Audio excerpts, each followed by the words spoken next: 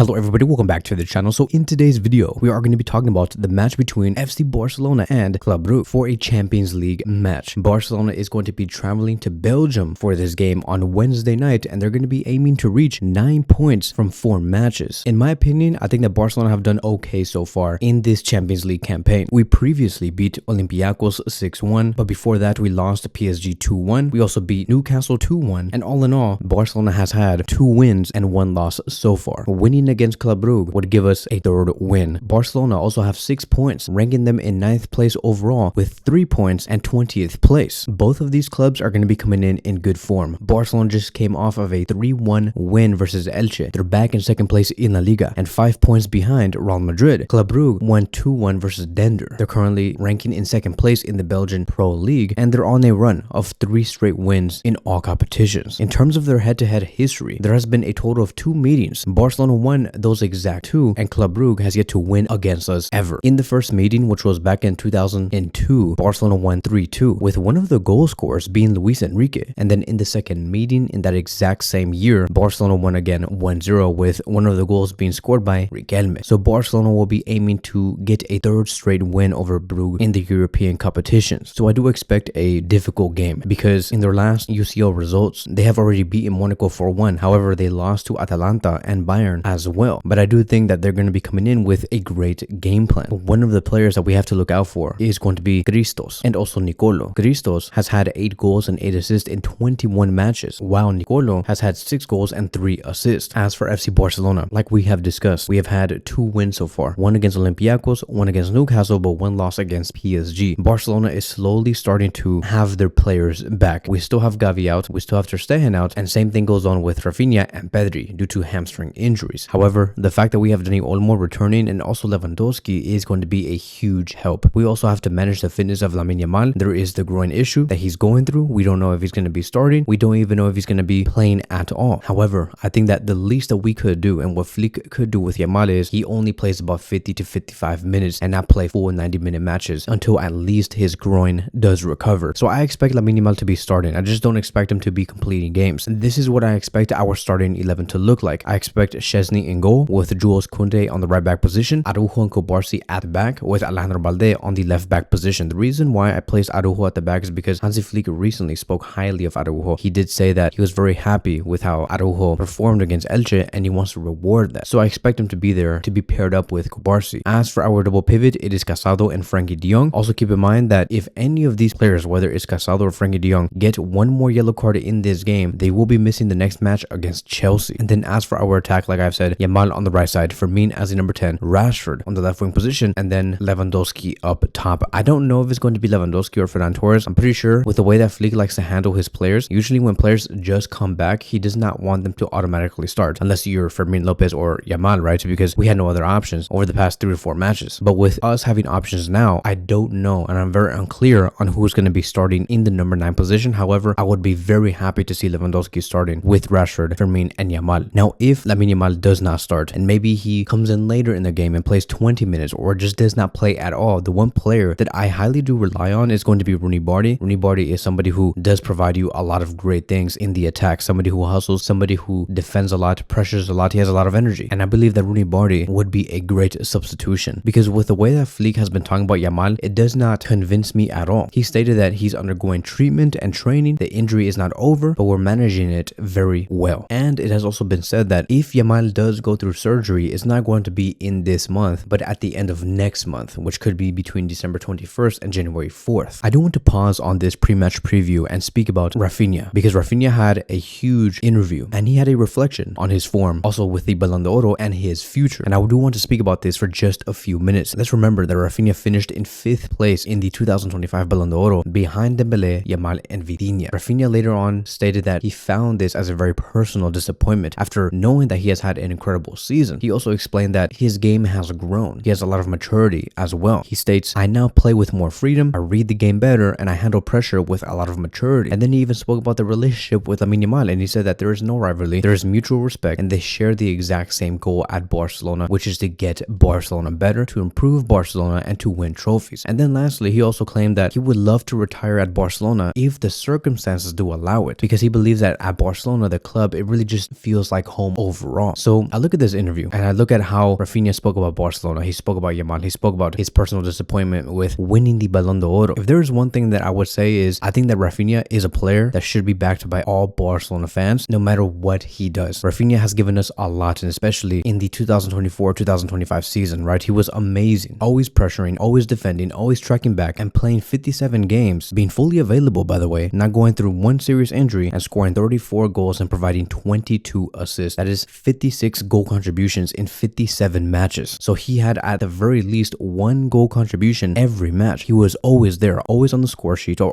always providing an assist. And I think that with those type of numbers, yes, Raphinha should have been disappointed. He should have been. Like, I think that I would have felt the exact same way. I know that with those numbers, I have made an incredible season, especially adding the domestic treble. And the fact that he got ranked in 5th place, I understand that. In my opinion, even if I wasn't a Barcelona, I would tell you that Raphinha deserved to be at the very least in the top 3 alongside with Lamine Yamal because his level was exceptional. Think about it. How is Barcelona performing right now without Raphinha? It's not so great. Raphinha being in this team changes Barcelona. But apparently, according to a lot of these people, the voters, they did not think that Raphinha did enough. I don't know what else Raphinha needs to do. He did almost everything. Like, I'm not even trying to like amplify his goals and his assists because outside of that, Raphinha was still very important. And so in the end, I do see a fire in Raphinha, like a good fire, something that is going to reignite Raphinha when he does return and step onto the pitch again. It's not going to be the end of the story. A lot of people do view Raphinha as a player who is seeing the end of a chapter at Barcelona, meaning that he could be leaving within the next 12 to 18 months, but I don't think so. I think that Raphinha has a good 3 to 4 years in him with his work rate, with the way that medicine and sports medicine overall is going. Raphinha can last here for a very long time and he can win many more trophies with Barcelona and achieve a lot more success. If Raphinha has the intentions of retiring at Barcelona, then I honestly believe that. I honestly believe that Raphinha will work towards that. We live in a time where we can say that a 36-year-old striker can really make it happen in a European club. Raphinha, at the age of 28 years old, I can definitely see him do a great 4 to 5 years and achieve great things with Yamal, Pedri, Gavi, and other youngsters. And so let's do this, right? Barcelona, in the last 5 matches in all competitions, have gotten 3 wins and 2 losses. One against Real Madrid, one against PSG. But those 3 wins came from Elche, Olympiacos, and Newcastle. These are decent numbers, but I believe that Barcelona can do so much better. Flick does aim to build momentum before the international break, and even after the international break, he's also very confident that Barcelona can get back to the highest level, with many players now returning. He stated, "We have created enough chances to win 6-2 versus Elche. Now it's all about converting dominance into goals." And he does want to see that, starting with Club Brugge tomorrow night. So let me know in the comment sections down below, what is your scoreline prediction for this match? I'm going to say that Barcelona do win 4-1. Thank you guys so much for watching. That is going to be wrapping up today's video, and I will see you guys in the next one.